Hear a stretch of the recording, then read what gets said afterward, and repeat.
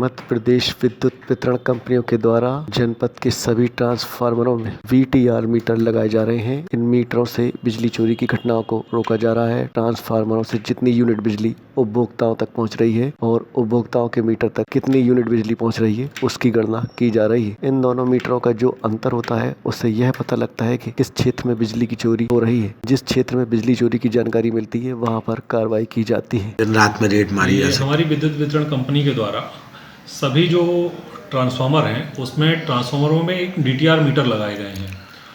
इन मीटरों पर भी हमारे ट्रांसफार्मर से जितनी यूनिट निकलती है उसको रिकॉर्ड किया जाता है। इसके साथ ही जो उपभोक्ता उस ट्रांसफार्मर से सप्लाई लेते हैं उनकी यूनिट की गणना भी की जाती है। इस तरह से हमको ऑफिस से मैं बैठकर कैलकुलेशन करके ये पता चल जाता है कि उस ट्रांसफार्मर में से कितनी बिजली गई व उपभोक्ताओं के मीटरों में कितनी बिजली रिकॉर्ड हुई। और इन दोनों मीटरों का जो डिफरेंस होता है उससे अभिप्राय ये होता है कि वहाँ कहीं हमारे यूनिट का लॉस हो रहा है। इससे हम थेफ्ट प्रोन एरिया को कंसंट्रेट कर पाते हैं और उस पर चोरी पकड़ने की व ज़्यादा से ज़्यादा बिजली यूनिट सोल्ड करने की कार्रवाई कर पाते हैं।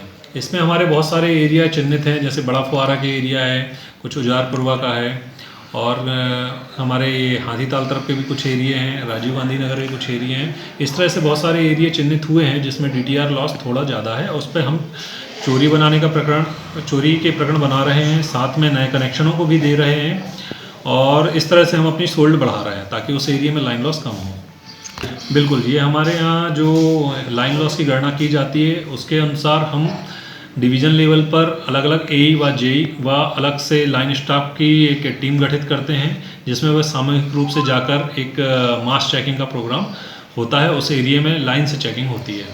जी हाँ, अगर इस तरह की चोरी लगातार वहाँ पर पाई जाती है तो हम मौके पर ही विद्युत अधिनियम 2003 की धारा 135 के अंतर्गत विद्युत चोरी का प्रकरण दर्ज करते हैं। अभी वर्तमान में अपने 10 किलोवाट से ऊपर के 10 से 25 तक किलोवाट तक के जो है कंज्यूमर्स हैं उनके यहाँ भी स्मार्ट मीटर लगाने की योजना है। ये स्मार्ट मीटर जो है मॉडर्न बेस्ड हैं, ऑनलाइन बेस्ड हैं। इसमें पूरा का पूरा रीडिंग जो है अपने जो सर्वर रहेगा उस पर सीधी आएगी और उसी से जो है हर 15-15 मिनट के स्लॉट का डाटा उसमें सर्वर में दिखेगा। इससे फ़ायदा क्या होगा?